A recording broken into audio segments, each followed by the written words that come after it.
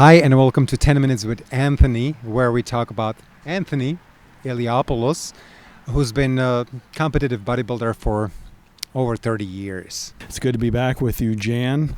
And we know that you have been competitive and living the martial arts and healthy eating lifestyle for a long time. You're a very good martial artist. That people don't really realize it about you. But we're back. I mean, we've had a little hiatus. We've had some requests out there to come back. You know, it's just that's the way it is.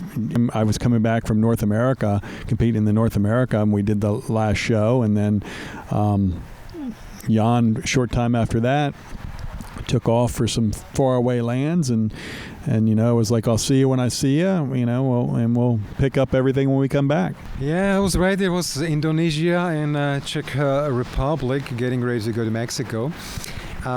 Anyways, the days are, getting shorter and a bit colder, but I don't think we have to really worry about it that much since we live in Key West. The other day I saw a stat, the temperature dropped below 80. It got down to like 70, 78, and that broke a string of 284 or 294 straight days of over 80 degrees here. So we're back. It's good to be back. I mean, I want to give a shout out because a guy who kind of was over 20 years ago, I used to do a sports talk radio show with a guy in Jacksonville, Florida, who was a very good sports writer, a pretty well-known sports writer, a guy by the name of Greg Larson, and he, has continued on with his radio show since then. He's been doing radio for well over 30 years, and he's just recently come onto social media, and we became friends on social media. I haven't seen Greg in I don't know how many years, but he every time I'll put a post out there, he puts a thing. What about 10 minutes with Anthony? What about 10 minutes with Anthony? The people over there at Body Zone, where I train in Key West, and they're happy to have that. We'll do some cooking recipes and stuff like that. Give you a little bit more than just our commentary on things. So get that stuff going next year. And Jan, I think you wanted to introduce an interesting segment that you wanted to add. Segment called the Movie Picks for the Week.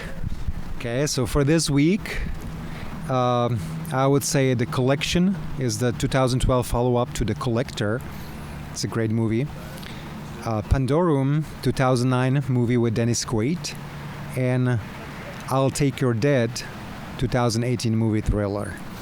As for big blockbusters, I seen the new Terminator, Dark Fate, and it's great. And I seen It, Chapter 2, which I liked as well. The ending kind of sucked, but I like the movie, so those I would recommend. Yeah, well, unfortunately, most of the movies I see are late at night, and they're those of the internet porn variety. No, I was just kidding. Of course, I don't really do that, but I guess not. Yeah, I saw the original Terminator in the movie theater, and I thought it was fantastic. I went. The only reason I even went at the time, I think I was a junior in high school, and the only reason I went because it had Arnold Schwarzenegger, and of course I was, even then at 16, I was a fan of bodybuilding, so I'd seen Conan before that. So I took a girl, I had a date, and at that time I drove a 1982 Chevy Cavalier, and I saw it at the they used to in Jacksonville Beach, there, Neptune Beach, they had a theater, Neptune Theater, I think it was. They used to have two theaters, the Royal Palm and the Neptune Theater, and I think it was showing at the Neptune. And some guys that I knew that I played baseball with saw my 82 Chevy Cavalier sitting out there while I was in the movie, and I come out of the movie, and they had let all my air out of all four tires. So so good thing that girl's dad had AAA and was able to call AAA to come up and put air in all my tires, because it wasn't just like one where you could, it was all four. And so that's what I remember. And of course, the second Terminator had of course had Arnold and had the great scene with the new Harley Davidson motorcycle, which was the Softail Fat Boy.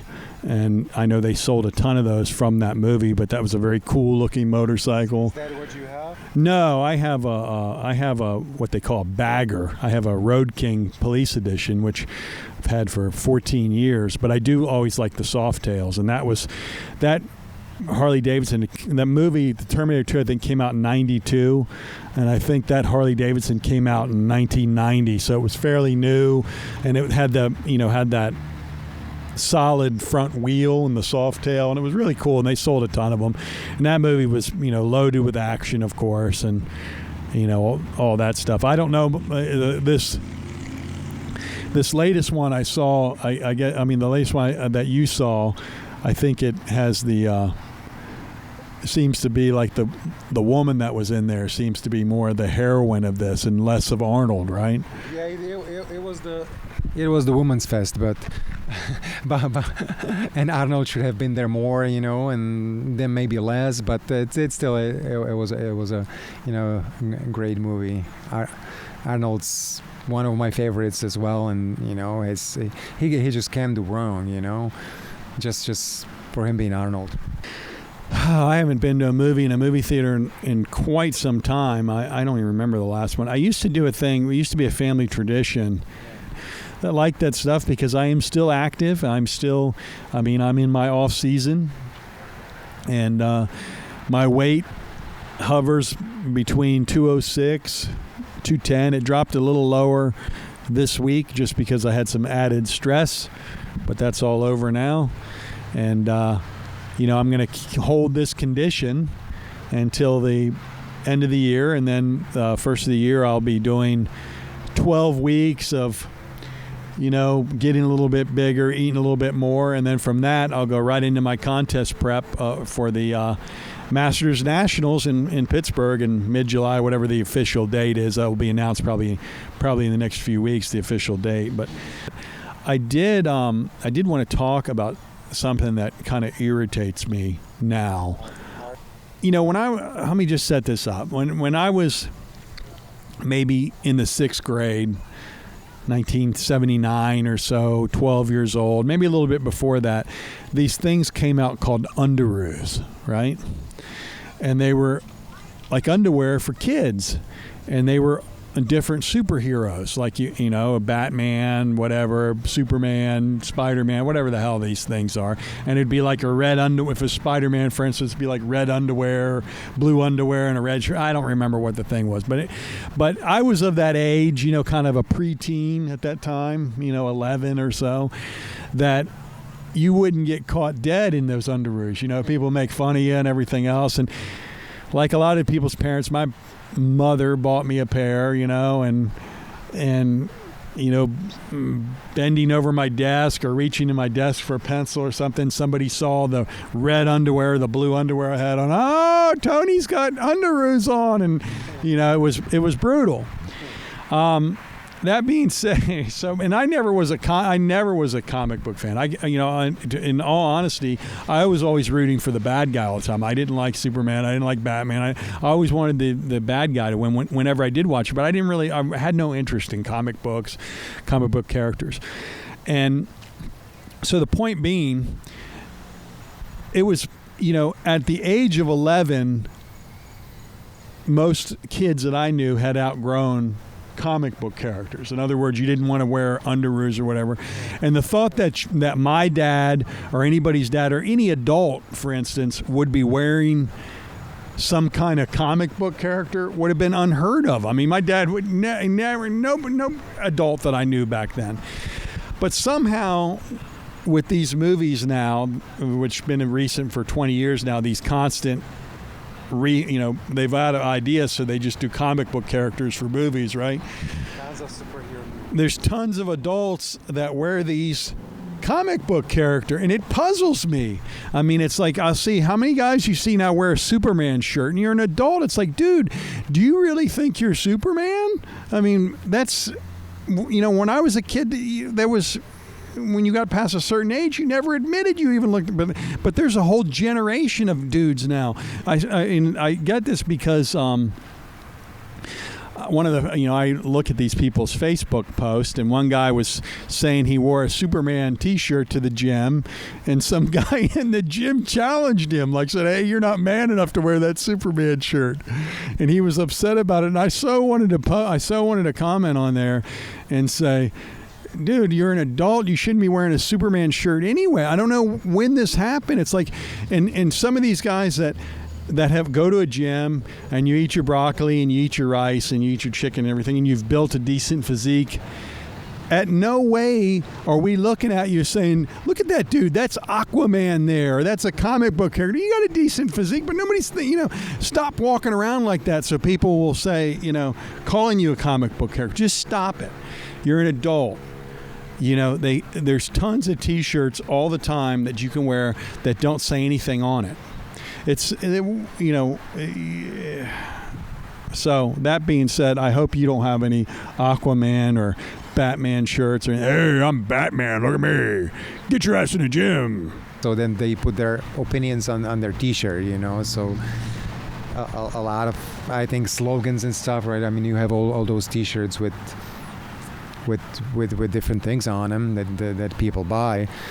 I haven't bought a T-shirt in 15 years since I started to work for Lazy Dog. I just have Lazy Dog T-shirts, and there's just like little doggy there and Lazy Dog. It's. But Well, what about your shirt? What you got there? Well, bodybuilding is another thing. When I competed, when I was much more active, competing all the time, I had more shirts than I knew what to do with. I had my first bodybuilding contest. They gave me a Metrex shirt, and it was folded into a box, and I thought it was a Metrex bar. Yeah. And I kept it in my refrigerator for about 2 years until somebody told me, "Hey, dude, that's a T-shirt." I took it out. It looked like an accordion when I took the thing out.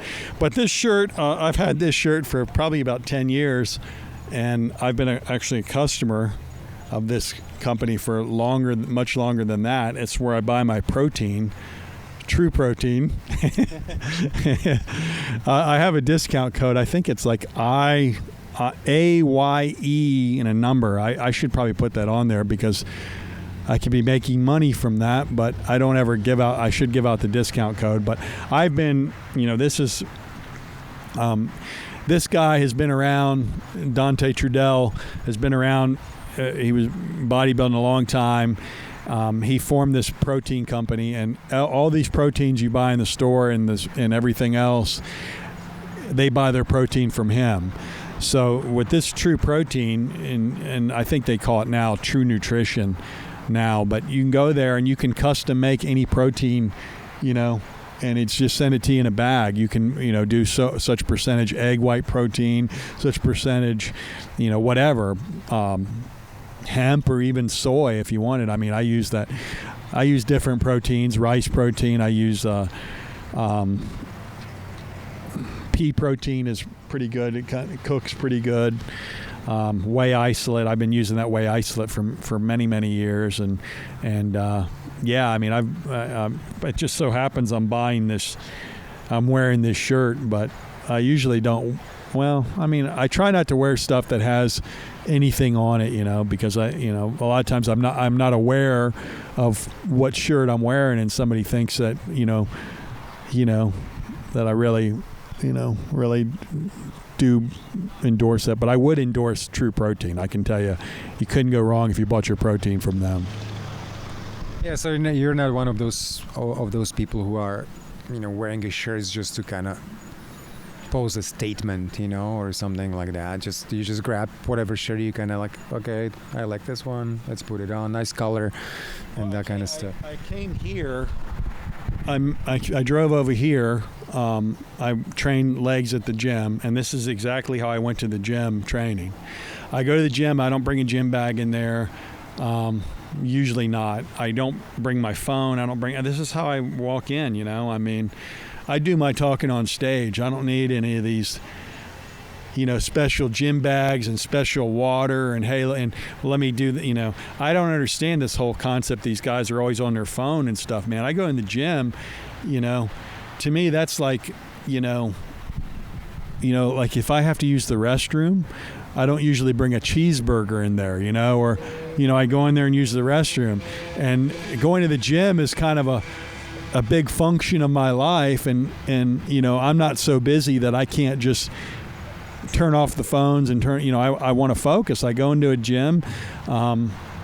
It's not to go in there and I'm going to blow off steam. I'm not going to do this and do that. It's a function. In my head, I know exactly what I'm going to do, what I'm going to perform, and the quicker I can get that done is usually the harder I've worked, because I'm giving myself less rest, and I just get in there and do it. Now I'm not one of these guys that, don't talk to me, I'm working out.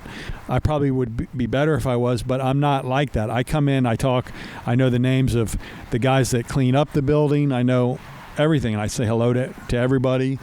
They're all interested in me, and I'm interested in them, and then I get on with my workout. So I'm not one of these guys, oh, don't talk to me, I'm too serious for you. Look, man, I'm as serious as it's going to get. I've been doing this for 30 plus years. I competed in the North American, I've just recently competed in the North American. I'm here for the long haul. I'm as serious as I can get.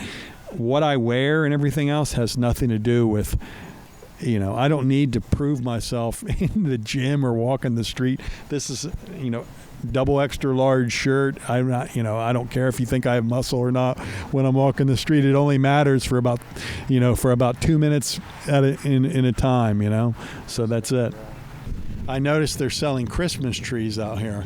And next week, I'm going to explain to you what a loser you are for buying those Christmas trees.